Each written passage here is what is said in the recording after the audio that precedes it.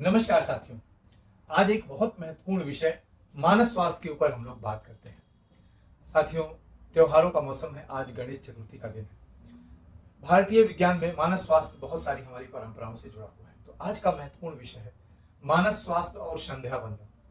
साथियों, देखा जाता है कि आंकड़े कहते हैं कि संपूर्ण भारत में जो नेशनल मेंटल हेल्थ सर्वे है उसके हिसाब से तकरीबन 10 से 15% लोग मानसिक स्वास्थ्य से पीड़ित हैं। ऐसी स्थिति में मानसिक स्वास्थ्य के उपचार की जो फार्माकोलॉजिकल एंड नॉन फार्माकोलॉजिकल औषधीय और गैर औषधीय उपचार दिए जाते हैं, उसमें एक बहुत महत्वपूर्ण बिंदु है जिसको हम बोलते हैं ग्राउंडिंग टेक्निक, या ऐसे उपचार जिसमें कि हम मरीज को कुछ ऐसे क्रियाकलाप कराते हैं जिससे हम उसको प्रकृति से जोड़ते हैं। साथियों, आप जानते हैं कि ग्राउंडिंग टेक्निक जैसा ही एक उपाय है हमारे दैनिक क्रियाकलाप में किया जाने वाला संध्या वंदन।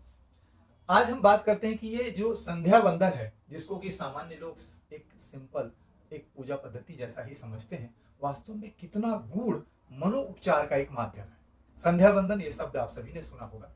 आमतौर पर सामान्य लोगों में संध्या वंदन का मतलब शाम के समय की एक प्रार्थना है, लेकिन साथियों मैं यहाँ आपको बताना चाहूंगा संध्या का मतलब होता है संधि काल, अर्थात जहाँ पे हम कहीं किसी चीज से जुड़ते हैं। तो ऐसे 3 संध्या वंदन की स्थितियां संध्या काल बताए गए हैं। जब हम रात से सुबह हो रही होती है, सूर्योदय का समय, उस समय पहला संधि काल।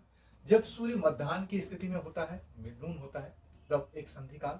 और जब सूर्य अस्त की तरफ, गोधूली बेला की तरफ जाता है, तब जो संधि काल होता है उसको सायं संध्या काल कहते हैं। और भारतीय परंपरा में इन तीनों संधि काल में कुछ विशेष अनुष्ठान बताए गए। जैसा कि आप सभी जानते हैं कि हम ग्राउंडिंग टेक्निक्स में अपने सेंसरी ऑर्गन को नेचर से जोड़ते हैं। तो आप साथियों अगर ध्यान करें तो हम इस संध्या वेला में जो भी क्रियाकलाप करते हैं, जो जिसको हम अपने धार्मिक अनुष्ठान समझते हैं, वो वास्तव में हमारे सेंसरी ऑर्गन्स को रिचार्ज करने के लिए करते हैं। जब हम कोई अपने किसी पूजनीय देव की साज सज्जा करते हैं, तब हमारे नेत्र को हम ऐसा रिचार्ज करते हैं कि उसको विविध तरीके की साज सज्जा का हमको एक एनर्जी प्राप्त होता है। जब हम वहाँ पे किसी भी तरीके का कोई वाद्य यंत्र इत्यादि उपयोग करते हैं तो हम अपने श्रवण इंद्रिय को बहुत अच्छे से रिचार्ज करते हैं। जब हम वहां पे धूप, पुष्प इत्यादि गंध द्रव्य प्रस्तुत करते हैं, तब हम अपनी घ्राणेन्द्रिय नासा को तुरंत रिचार्ज करते हैं। जब हम वहां पे किसी तरीके का लेप, तिलक इत्यादि जो चीजें लगाते हैं, तब हम अपने सबसे बड़ी इंद्रिय जो त्वचा है उसको, स्पर्श इंद्रिय को रिचार्ज करते हैं। और अंत में जब हम कोई प्रसाद ग्रहण करते हैं, तब हम अपने रसन इंद्रिय को रिचार्ज करते हैं। साथियों, आधुनिक विज्ञान में इसे ही हम ग्राउंडिंग टेक्निक कहते हैं, जिसमें 5, 4, 3, 2 और 1 का रूल लागू होता है। 5 देखने की चीजें, 4 जो है कुछ ऐसी सुनने की चीजें, 3 ऐसी जो गंध इत्यादि की चीजें, 2 ऐसी जो स्पर्श आदि की चीजें, और 1 जो है हमारे टेस्ट की चीज हम उसमें ग्रहण करते हैं।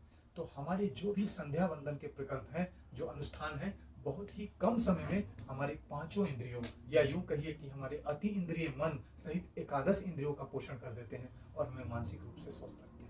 तो एक बहुत ही सूक्ष्म परंपरा ऐसी बनाई गई जो मानस स्वास्थ्य के लिए ही है, और हम सभी को इसका अच्छे से पालन करना चाहिए। और कोई भी ऐसी गंभीर समस्या होने पर किसी आयुर्वेद चिकित्सक का हमें संपर्क करना चाहिए। धन्यवाद।